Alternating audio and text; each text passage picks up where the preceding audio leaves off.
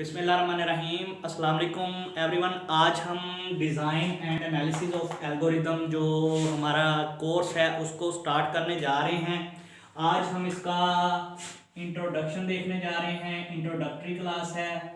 देखेंगे बेसिकली इसमें के क्या क्या चीज़ें इसमें पढ़ने वाली हैं और बेसिकली ये जो वर्ड है analysis of algorithm, algorithm basically क्या चीज़ है, ठीक है, और इसकी एनालाइजेशन ये क्या चीज़ है, ठीक है। तो इसको स्टार्ट करने से पहले दो चीज़ें हमारे हमेशा जहन में आती हैं कि सबसे पहली चीज़ के what is and why two means के पहले दूसरे कोर्सेज में हम स्टार्ट करते हैं तो इंट्रोडक्टरी क्लास में हम यही चीज़ डिस्कस करते हैं कि सबसे पहले तो हमें पता होना चाहिए कि हम जो कोर्स पढ़ रहे हैं वो बेसिकली रिप्रेजेंट किस चीज़ को करता है, क्या वो कोर्स रिलेटेड किसके है और उसमें हम पढ़ेंगे क्या क्या क्या चीज़ें हमें वो देखने को मिल सकती हैं,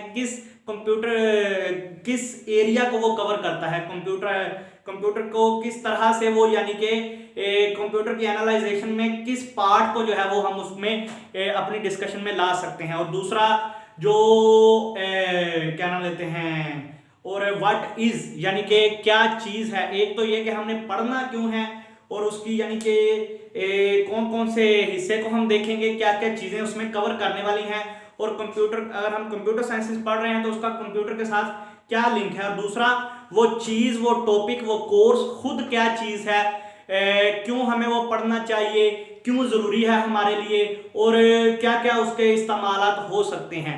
तो आज हमारी इंट्रोडक्टरी क्लास है। इंट्रोडक्टरी क्लास में भी वही दो चीज़ें, सबसे पहली चीज़ what is analysis of algorithm, analysis of algorithm क्या चीज़ है।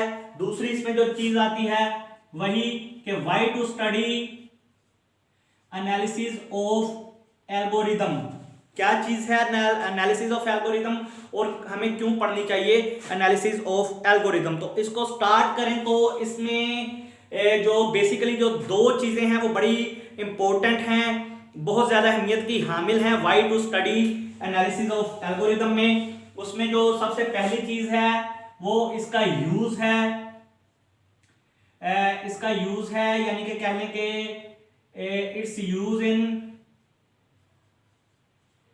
डेली लाइफ, जो हमारा रोजमर्रा की जिंदगी है उसमें इसका क्या अमल दखल है, क्योंकि इसका रोजमर्रा की जिंदगी में भी बहुत ज्यादा अमल दखल है, बहुत ज्यादा हमें ये फायदा देता है। दूसरी जो चीज it's use in professional life, एक हमारी डेली लाइफ होती है जैसे कि हम रोजमर्रा के घर के काम करते हैं, और दूसरी प्रोफेशनल लाइफ होती है जैसे कि हमारा यूनिवर्सिटी का भी अगर लगा लें तो वो भी एक प्रोफेशनल टाइप की जिंदगी है। अगर टीचर है या कोई किसी भी डिपार्टमेंट में चले जाएं हम, तो वो क्या है, वो हमारी जो प्रोफेशनल लाइफ है। तो इसमें और इसमें इसका क्या यूज है, इसके क्या क्या इस्तेमालात हैं। तो इसमें सबसे पहले हम इसकी जो डेफिनेशन है वो देख लेते हैं। इसको डिफाइन किस तरह से किया गया है, इसको इस तरह से डिफाइन किया गया है जी, analysis of algorithm is the determination of computational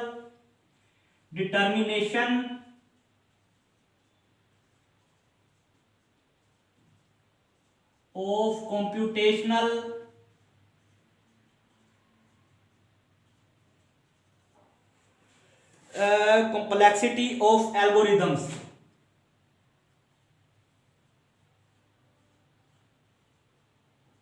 computational complexity of algorithm।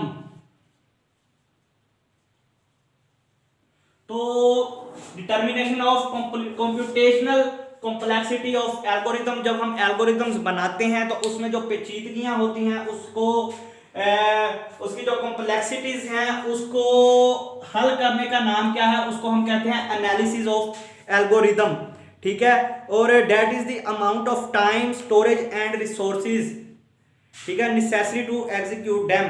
और उसमें क्या है, अमाउंट ऑफ टाइम आ गया।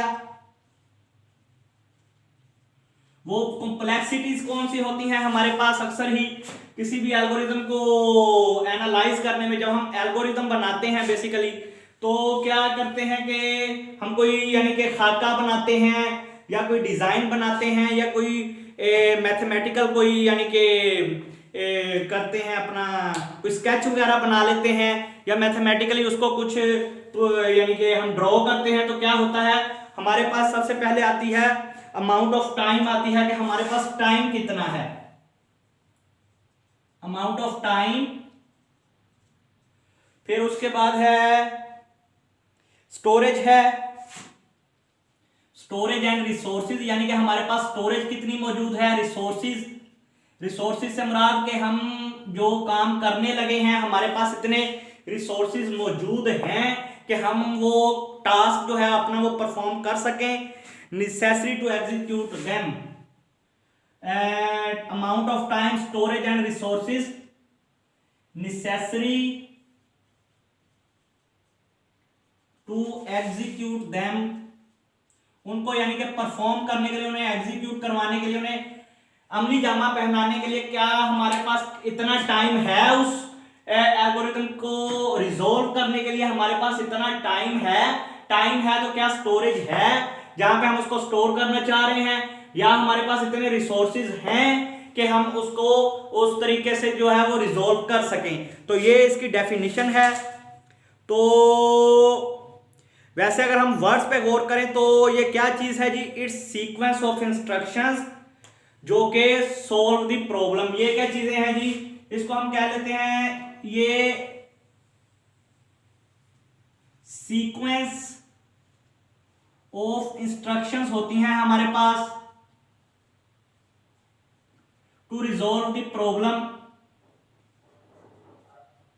किसी भी प्रॉब्लम को रिजॉल्व करने के लिए हमें कुछ जो इंस्ट्रक्शंस होती हैं ये भी उसी का एक हिस्सा होती हैं, ये भी सीक्वेंस ऑफ इंस्ट्रक्शंस ही होती हैं। बेसिकली ये हमारे लिए इंस्ट्रक्शंस ही होती हैं क्योंकि हमें ये बताता है बेसिकली कि मिसाल के तौर पे हमारे पास हमने एक काम करना है, हमने कोई चाय बनानी है घर में, तो क्या होगा कि हम उसके लिए मुख्तलिफ तरीक़ाकार अडॉप्ट कर सकते हैं। हम कहेंगे कि जी गुड़ वाली चाय बना लें, हम कहेंगे चीनी वाली चाय बना लें, हम कहेंगे कि कोई और पत्ती यूज कर लें, हम कहेंगे कोई और पत्ती यूज कर लें, और फिर उसके बाद हम डिसाइड करेंगे कि हमें करना क्या है। बहुत सारे वे होंगे, कोई कहेगा जी हम दूध पत्ती बना लेते हैं, कोई कहता है नहीं जी हम सिर्फ चाय बना लेते हैं, कोई कहता है हम कहवा बना लेते हैं, कोई कहता है कि हम ग्रीन टी वगैरह कोई और चाय या जो पिंक टी जिसे कहा जाता है कश्मीरी चाय वगैरह वो भी बना लेते हैं। तो चाय भी मुख्तलिफ किस्म की और चाय को बनाने के तरीकाकार भी मुख्तलिफ हैं। तो हमें एक तरीकाकार वो अडॉप्ट करना है जो कि जिसमें हमारा अमाउंट ऑफ टाइम भी कम सर्फ हो, हमारे पास इतनी कैपेसिटी भी हो कि हम उसको स्टोर कर सकें, और हमारे पास रिसोर्सेज भी इतने हों कि हम वो चीज बना सकें। कि यानी कि हमें गुड़ वाली चाय बनानी है तो हमारे पास घर में गुड़ ही नहीं है, हमने अगर कश्मीरी चाय बनानी है तो हमारे पास उसके लिए पत्ती नहीं मौजूद, हमने इलायचियां डालनी है उसमें तो हमारे पास इलायचियां नहीं मौजूद। तो ये जो चीज है वो सारी चीजें इसमें इन्वॉल्व होनी चाहिए। और फिर आता है उसका तरीकाकार, उसकी कॉम्प्लेक्सिटी, उसमें जो कॉम्प्लेक्सेशन है, जो कॉम्प्लेक्सिटी उसमें पाई जाती है उसको रिजॉल्व करने का तरीका, उस तरीकाकार को हम कहते हैं बेसिकली एल्गोरिदम। वो तरीकाकार किसी भी चीज को करने का उसको हम कहते हैं एल्गोरिदम। सबसे पहली चीज मैं यहां पे बता दूं, जो एनालिसिस ऑफ एल्गोरिदम है वो हमें प्रोसीजर नहीं बताता, वो ये नहीं हमें बताता कि आप ये काम कर लें, ये काम कर लें, ये काम कर लें, बल्कि वो हमें क्या बताएगा, वो हमें बताएगा कि बेस्ट वे कौन सा है, बेस्ट वे कौन सा है इसको करने का, कि इसकी मदद से आपकी जो कॉम्प्लेक्सिटी है वो कम हो जाएगी, उसमें जो आपको खपत है, आपको जो रिजॉल्व करने में प्रॉब्लम्स आ सकती हैं वो कम हो सकती हैं। एनालिसिस हमें ये बताएगा, एनालिसिस ऑफ एल्गोरिथम हमें ये नहीं बताएगा कि आप इसको इस तरीके से कर लें या ये तरीका नहीं ठीक, वो कहेगा कि ये तरीकाकार है, उनमें से जो सबसे बेस्ट वे है वो ये है, आप इससे करेंगे तो ये रिजल्ट आएगा, इससे करेंगे तो इतनी कॉम्प्लेक्सेशन होगी, इससे करेंगे तो इतनी कॉम्प्लेक्सेशन होगी। तो इसको हम कहते हैं एनालिसिस ऑफ एल्गोरिथम। तो एल्गोरिथम में क्या हुआ कि कॉम्प्लेक्सिटी जो हम देखेंगे कि वो टाइम कॉम्प्लेक्सिटी है हमारे पास, फिर इसमें हमारे पास कोस्ट की कॉम्प्लेक्सिटी भी बड़ी मैटर करती है, क्योंकि मोस्ट ऑफ टाइम हम जिस चीज की कॉस्ट कम होती है उसको यानी कि चूज करते हैं कि हम उसको यूज करके अपना जो है वो बेनिफिट वो अपना ले सकें। तो ये चीजें होती हैं। मिसाल के तौर पे हमारे पास मल्टीपल चीजें हैं, एक काम करने के मल्टीपल वेज हैं, लेकिन वो चूज करेंगे जिसमें टाइम कम हो, हम उसको स्टोर भी कर सकें, रिसोर्सेज भी हो हमारे पास, और दूसरी चीज कॉस्ट हमारी जो कम से कम है वो हमें मिले। तो वो जो तरीकाकार है हम उसको अडॉप्ट कर लेते हैं। तो फिर उसके बाद उसकी मिसाल हम एक ले लेते हैं। मिसाल ऐसे ले लें कि जैसे हमने एक एग्जाम्पल, मिसाल के तौर पे हमने चाय बनानी है, चाय की एग्जाम्पल लेंगे। तो हम क्या करेंगे, पहला काम एग्जाम्पल हम लेने लगे हैं जी चाय की। उसमें पहला काम क्या करेंगे, पहले तो स्टार्ट होगा हमारा एल्गोरिथम जो है वो स्टार्ट होगा। फिर उसके बाद क्या करेंगे हम, उसके बाद टी टैग को कप में डालेंगे, पुट फॉर एग्जाम्पल हमने कप में क्या कर लिया, टी टैग को डाल लिया। वो टी का जो टैग जिसके अंदर वो पत्ती है हमारी उसको हमने कप में डाल लिया। और फिर जो हमारी केटल होगी जिसके अंदर हमने चाय को बनाना है उसको हम क्या करेंगे, फिल केटल विद वाटर, उसको हम पानी से भर लेंगे। वो जो हमारी केटल होगी उसको हम पानी से भर लेंगे। फिर उसके बाद अगली जो चीज करेंगे उसमें कुछ बॉइल्ड वाटर जो है वो डाल देंगे, यानी कि इसी में fill kettle with boiled water.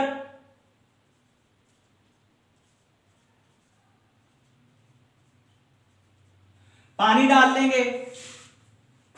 फिर उसके बाद हम क्या करेंगे, दूध डाल लेंगे उसमें।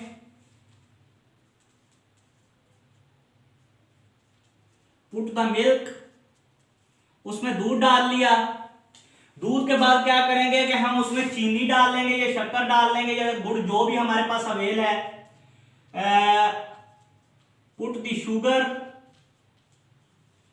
फिर उसके बाद हम क्या करेंगे कि उसको हिलाएंगे।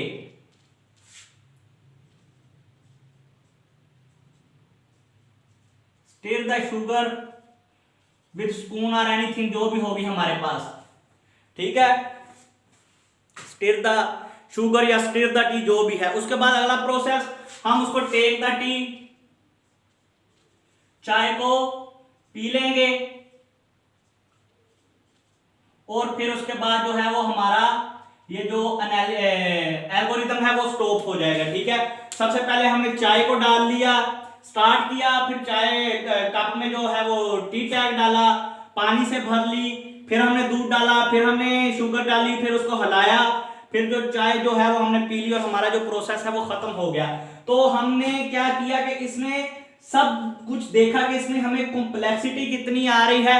जो सबसे बेस्ट तरीकाकार था जिसमें सबसे कम कॉम्प्लेक्शन थी उसको हमने चूज किया, जिसमें हमें टाइम भी ज्यादा नहीं लग रहा, हमारे इंग्रेडिएंट्स भी पूरे हैं, हमारे पास वो केतली भी इतनी मौजूद है जिसके अंदर हम उसको स्टोर कर सकते हैं, ठीक है। कप वगैरह में हमने पीनी है लेकिन वो केतली जिसमें बना रहे हैं वो हमारे पास इतनी अवेल है, शुगर अवेल है हमारे पास, चाय हमारे पास जो पत्ती है चाय की वो अवेल है, फिर जो हमारे पास दूध पड़ा हुआ है तो पानी को हमने उबाल लिया।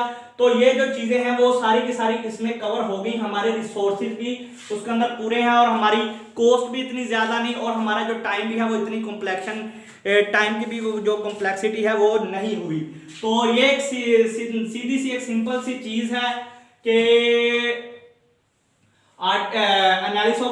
एनालिसिस ऑफ एल्गोरिथम है क्या, कि उसमें हम कंप्यूटेशनल कॉम्प्लेक्सिटी ऑफ एल्गोरिथम को देखते हैं कि उसमें कितनी कॉम्प्लेक्शन है किसी एल्गोरिथम को बनाने में, उसमें कितनी के हमें यानी कि पेचीदगियां आएंगी, उसको हम रिजॉल्व करने की कोशिश करते हैं एनालिसिस के दौरान, ठीक है। Why to study analysis why to study analysis of algorithm. तो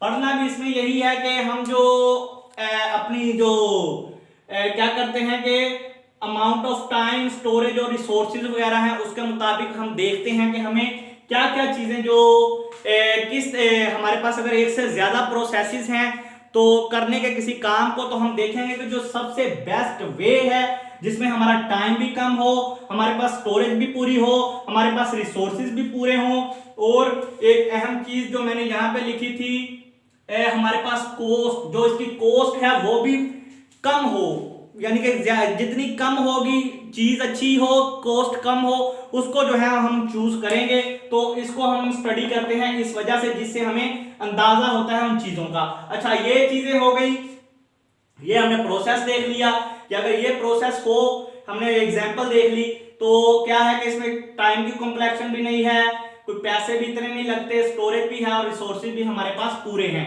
अब इसमें दो चीजें आती हैं हमारे पास, एक तो है इसका यूज, इसके यूजेस हैं बेसिकली, ठीक है। इसके यूजेस कहां कहां हैं? सबसे पहले it's use in daily life.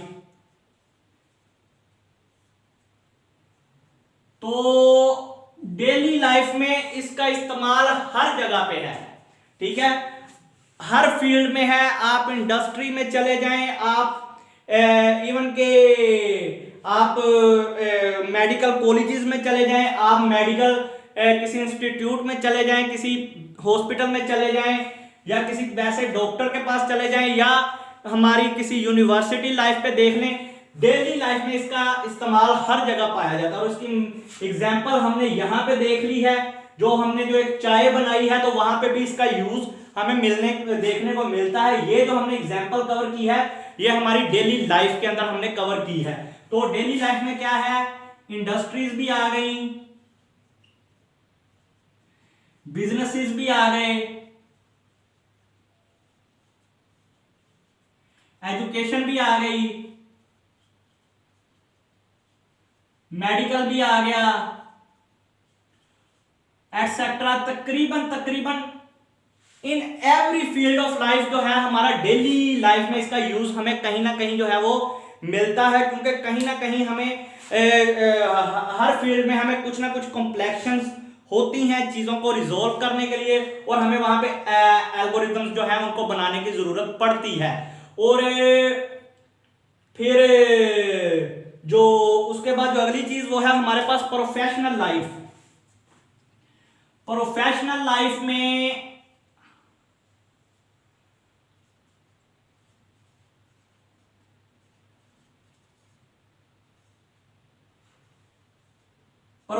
Life में इसको हम डिवाइड करते हैं 2 पार्ट्स में, ठीक है। प्रोफेशनल लाइफ में ये 2 हिस्सों में हम इसको डिवाइड कर लेते हैं कि किन किन जगहों पे हमें इसकी जरूरत पड़ती है। तो इसमें पहली चीज जो आती है उसे हम कहते हैं प्रैक्टिकल यूज। कैसे कैसे, यानी कि इसका प्रोफेशनल लाइफ में इसका यूज होता कैसे कैसे है। एक तो प्रोफेशनल है हमारे, प्रैक्टिकल यूज है हमारे पास, दूसरा जो हमारे पास यूज है उसको हम कहते हैं थ्योरेटिकल यूज। एक प्रोफेशनल है, दूसरा थ्योरेटिकल है। प्रोफेशनल और थ्योरेटिकल में थोड़ा सा फर्क है। प्रोफेशनल जो प्रैक्टिकल और थ्योरेटिकल में, प्रैक्टिकल यूज हमारा वो यूज है कि प्रैक्टिकल यूज से क्या मुराद है कि हमने एल्गोरिथम्स बनाने सीख लिए, उसको एनालाइज करना सीख लिया, हमने बहुत सारी एग्जांपल्स की, अपनी यूनिवर्सिटी लाइफ में भी की, कॉलेजेस में भी की, उससे पहले भी करते आ रहे हैं, मुख्तलिफ हमें एल्गोरिथम्स बनाने आ गए। हमने यानी कि जो जितने भी एल्गोरिथम्स हमने हमारे पेपर्स में आए या हमारे टेस्ट वगैरह में आए, तो क्या हुआ कि हमने वो बड़े इजीली हमने जो है वो उसको क्विज वगैरह को में जितने भी आए वो सारे के सारे हमने इजीली जो है वो रिजॉल्व कर लिए। वो तो हमारे लिए कोई इशू नहीं है। अगर वही चीज यानी कि अगर हम रट्टा भी लगा के चले जाते हैं तो ठीक है, हमने कर लिए। लेकिन प्रैक्टिकल लाइफ में ये है कि हमें इसका यूज आता हो क्यों? क्योंकि हमें जब हमने कॉलेज लाइफ में, यूनिवर्सिटी लाइफ में या स्टडी के दौरान जितने हमने प्रोग्राम बनाए हैं, जो जितने भी एल्गोरिथम्स बनाए हैं हमने, जरूरी नहीं है कि वही एल्गोरिथम हमें प्रैक्टिकल लाइफ में भी हमें नजर आए। हम किसी जगह पे जॉब करते हैं तो हो सकता है कि हमें वहां पे मुख्तलिफ टास्क दिए जाएं, मुख्तलिफ टास्क परफॉर्म और करने पड़ते हैं, जाहिर सी बात है। हम कहीं पे जॉब करेंगे तो अलग से जो है वो हमें क्या नाम लेते हैं, जो बनाने पड़ते हैं, अलग से हमें उसकी जरूरत पड़ती है उन्हें बनाने की, और हमें वो चीजें बनानी आती होनी चाहिए। क्योंकि अगर वो चीजें हमें बनानी नहीं आती होंगी तो क्या होगा कि हमें पता नहीं चलेगा कि हमने उसको, यानी कि उसको, उस प्रॉब्लम को हम रिजोल्व कैसे करें। ठीक है, हमें उसका मॉडल बनाना ही नहीं आता होगा। ठीक है, तो एल्गोरिथम का क्या होना चाहिए प्रैक्टिकल यूज में, हमें पता होना चाहिए हाउ टू मेक और बिल्ड एल्गोरिथम्स या डिजाइन एल्गोरिथम्स, हाउ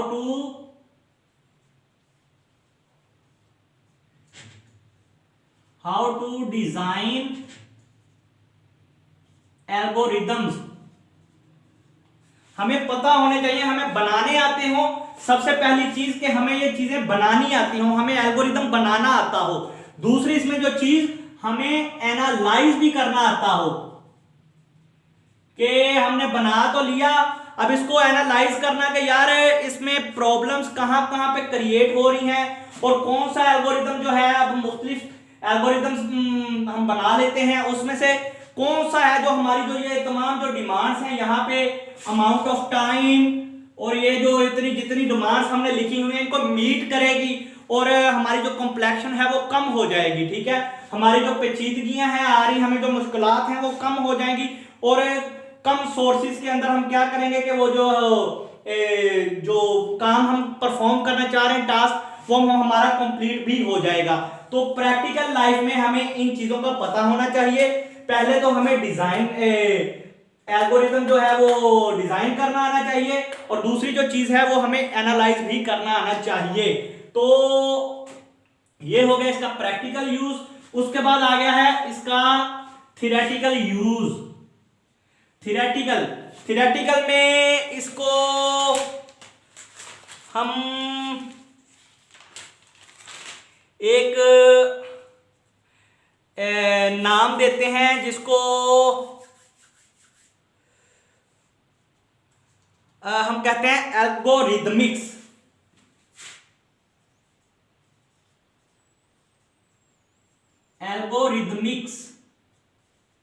एल्गोरिदमिक्स इसको नाम दिया जाता है। क्यों दिया जाता है? उसकी एक स्पेसिफिक रीजन है, क्योंकि इसके लिए हमारे पास एक साइंटिस्ट था, उसका नाम था डेविड हैरल था, शायद में भी डेविड हैरल नामी एक साइंसदान था। उसने कहा जी, इसको बेसिकली उसने क्या किया, उसने इसको डिफाइन किया। डेविड हैरल ने इसको डिफाइन किया था, और डिफाइन कैसे किया, उसने कहा जी ये जो है ये कोर ऑफ कंप्यूटर साइंसेस है।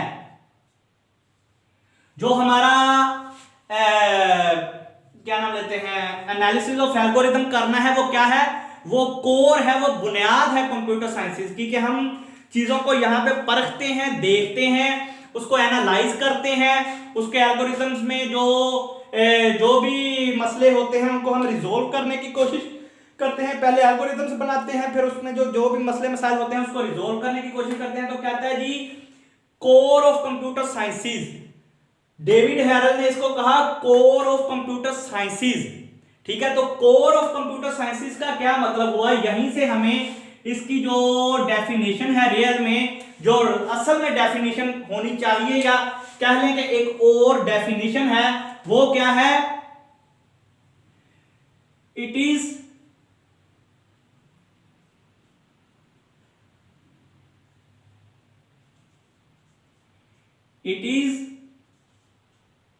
more than a branch of of computer sciences.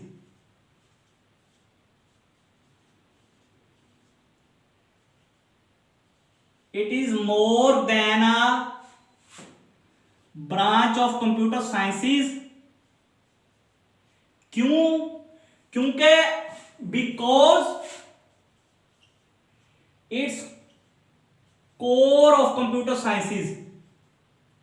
जो चीज है ही उसकी बुनियाद है, कंप्यूटर साइंसेस की कोर है, तो वो फिर इसकी ब्रांच नहीं हो सकती, ब्रांच से भी कोई अगली चीज ही है. It's more than a branch of computer sciences. क्यों? क्योंकि its core of computer sciences. ये कंप्यूटर साइंसेस इसके ऊपर बेस करता है. एल्गोरिथम्स जो रिजॉल्व करना है उसके ऊपर, एल्गोरिथम्स के ऊपर क्या है, हमारा कंप्यूटर साइंसेस बेस करता है. ठीक है, हमें एल्गोरिथम्स बनाने आने चाहिए, उन्हें रिजॉल्व करना आना चाहिए, ताकि अगर हमें किसी ना किसी किस्म की कोई कॉम्प्लेक्शन आती है, कोई मसला आता है, तो हम उसको देख सकें और एनालाइज कर सकेंगे उसमें क्या क्या मसला है और क्या क्या पेचीदगियां हैं. तो it is basically the core of computer sciences. ये डेविड हैरल ने इसको डिफाइन किया था. इस वजह से हम इसको एल्गोरिथमिक्स, एक लफ्ज हमने यूज किया एल्गोरिथमिक्स, इसको हम एल्गोरिथमिक्स का नाम भी देते हैं. तो what is basically computer analysis of algorithm? It is more than branch of computer sciences cause its core of computer sciences. क्योंकि ये जो चीज कोर है कंप्यूटर साइंसेस की, तो फिर जाहिर सी बात है वो इससे कोई अगली ही जो चीज है वो हो सकती है. अब इसके आगे यूज के, ये यूज कहां कहां पे होते हैं, तो इसके यूजेस हम यहां पे देख लेते हैं. यूजेस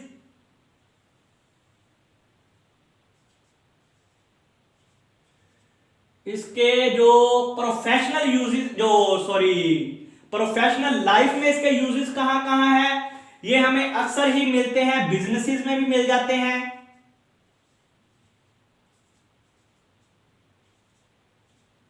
बिजनेस में भी इसका प्रोफेशनली इसका यूज होता है. मुख्तलिफ चार्ट्स बना के उसको देख लिया जाता है, मुख्तलिफ एल्गोरिथम्स बना के. फिर इसका इंडस्ट्री में भी हमें यूज मिलता है. किसी भी किस्म की इंडस्ट्री हो, इंडस्ट्रियल लाइफ में. ठीक है, और फिर हमें इसका टेक्नोलॉजी में भी इसका यूज मिलता है.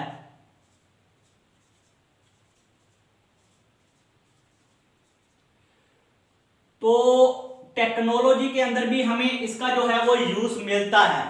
बिजनेस में, इंडस्ट्री में और टेक्नोलॉजी वगैरह में इसको हम यूज करते हैं एल्गोरिथम्स को आमतौर पे, और फिर इसको एनालाइज भी करते हैं. और फिर ये हमारा आज का टॉपिक जो है वो एंड हो गया. यहाँ पे सिंपल सी चीजें हैं. स्टडी क्यों करते हैं? क्योंकि हमें जो हमारे पास मुख्तलिफ एक ही चीज के मुख्तलिफ सॉल्यूशंस होते हैं, और हम देखते हैं बेसिकली कि कौन सा सॉल्यूशन जो है वो टाइम भी कम लेगा, स्टोरेज भी पूरी है और रिसोर्सेज भी हमारे पास पूरे हैं. कौन सा सॉल्यूशन हम अडॉप्ट करें जो हमारी तमाम रिक्वायरमेंट्स को मीट कर सके, कोस्ट भी उसमें शामिल है, जो हमारी तमाम रिक्वायरमेंट्स को पूरा कर सके. पढ़ते क्यों है? क्योंकि उसका हमारा यूज डेली लाइफ में भी है, और हमारा जो प्रोफेशनल लाइफ है उसके अंदर भी इसका यूज है.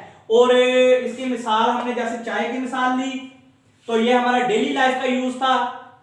प्रैक्टिकल लाइफ में इसका यूज ये होता है कि हम किसी डिपार्टमेंट में काम कर रहे हैं, किसी जगह पे हमारी जॉब है, तो वहां पे मुख्तलिफ, जैसे कि हमारे बिजनेस हैं, टेक्निकल इंस्टीट्यूट्स हैं, वहां पे हमें मुख्तलिफ यानी कि चीज़ों से एट ए टाइम ही, यानी कि हमें बहुत सारी चीज़ों के साथ एट दी सेम टाइम जो है वो हमें कह लें कि पालना पड़ता है हमारा, या हमें एक ही टाइम पे बहुत सारी चीज़ों को एनालाइज करना होता है. तो हमें वहाँ पे जो एल्गोरिथम्स हैं वो हमें बनाने आने चाहिए, ताकि हम उसको रिजॉल्व कर सके, और फिर उसको एनालाइज भी करना आना चाहिए. ये नहीं कि एल्गोरिथम बना तो लिया, अब हमें पता नहीं है कि यार एल्गोरिदम तो बड़ी मुश्किल औखा सौखा करके दो चार चीजें लगा के इधर से उधर से जोड़ के ये बेस्ट है ये बेस्ट है हम कर तो लेंगे, लेकिन फिर उसको एनालाइज करना कि यार इन 4 5 6 8 10 एल्गोरिदम्स हमारे पास हैं या इतने वे हैं इसको करने के, और उसको यानी कि रिजॉल्व कैसे करना है, और उसमें जो सबसे बेस्ट वे है जिसमें तमाम रिक्वायरमेंट्स पूरी होती हो तो वो भी हमें आनी चाहिए। और फिर जो थियोरेटिकल इसका मीनिंग था वो यही था कि डेविड हैरल ने इसको डिफाइन कर दिया था कि ये कोर ऑफ कंप्यूटर साइंसेस है। अच्छा, इसमें ये तो हमारा जो है वो लेक्चर हमारा यहाँ पे खत्म हो गया, लेकिन जो आगे है हम इसको मुख्तलिफ चीजें जो हैं वो यहाँ पे हम वो इंशाल्लाह पढ़ेंगे। Branch of computer sciences because its core of computer sciences,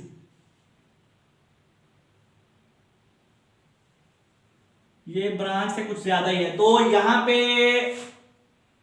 मुख्तलिफ कंटेंट्स हैं जिनको हम देखेंगे। तो ये मुख्तलिफ कंटेंट्स हैं, यहाँ पे मास्टर थ्योरम है, एसिम्प्टोटिक नोटेशन है, स्ट्रेसेंस मैट्रिक्स ऐप है, असाइनमेंट प्रॉब्लम है, कनैप्सैप प्रॉब्लम है, मल्टीप्लिकेशन ऑफ लार्ज इंटीजर्स हैं, काउंटिंग सॉर्ट, रेडिक्स सॉर्ट हैं, हुफमैन ट्री है, और इसके अलावा और भी दीगर चीजें हैं पढ़ने वाली थोड़ी सी, वो भी हम इंशाल्लाह जो है वो इसको देखेंगे। वीडियो हमारी कट हो गई थी, वहां से रुक गई थी दरमियान में, इसलिए मैंने बाद में ये लिख लिया था, उसके बाद मैंने देखा तो मैं ये दोबारा आपको बता रहा हूं। Master theorem, asymptotic notation, Strassen's matrix application, assignment problem, knapsack problem, multiplication of large integers, counting sort, radix sort, Huffman tree etcetera. ठीक है, तो कुछ भी नहीं इसमें ये कि हम पढ़ते क्यों हैं, क्योंकि हमें मुख्तलिफ जो है वो कंप्यूटेशनल कॉम्प्लेक्सिटी ऑफ जो एल्गोरिथम है उसको यानी कि हमें रिजॉल्व करना होता है, और फिर इसका जो अमाउंट ऑफ टाइम है ये यानी कि हमने जो और स्टोरेज और रिसोर्सेज वगैरह इन चीजों को हम देखते हैं। कोई भी जब एल्गोरिथम को हम देखते हैं कि कौन सा हमें चूज करना चाहिए, और उसकी कॉस्ट को भी देखते हैं हम, जिसमें टाइम कॉम्प्लेक्सिटी भी कम हो।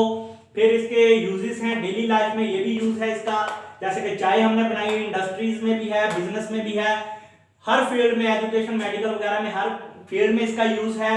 प्रोफेशनल लाइफ में दो तरह से इसको देखा जाता है, एक थियोरेटिकली इसकी इंपॉर्टेंस है और दूसरी तरह इसकी प्रैक्टिकली बहुत ज्यादा इंपॉर्टेंस है। प्रैक्टिकली ये कि हमें पता होना चाहिए कि पहले तो बनाने कैसे हैं, क्योंकि यूनिवर्सिटी लाइफ में तो हमने चंद एक चीजों को देखा होता है, लेकिन प्रैक्टिकल लाइफ में हमें उसको बाकायदा जो है वो कह लेंगे उसके ऊपर प्रैक्टिकल वर्क करना पड़ता है, और इसको फिर उसकी एनालाइजेशन भी आनी चाहिए कि इसको देखना कि कौन सा जो है वो इनमें से बेस्ट रहेगा, और इसकी क्या क्या ये तमाम चीजों को मीट करती भी हैं, या दूसरा ये कि किससे हमें ज्यादा फायदा होगा। ठीक है, थ्योरेटिकल था, एल्गोरिथमिक्स भी से कहा जाता है, डेविड हैरल ने इसका नाम दिया था, इसको डिफाइन किया था कोर ऑफ कंप्यूटर साइंसेस, इसलिए इसको एल्गोरिथमिक्स भी कहा जाता है।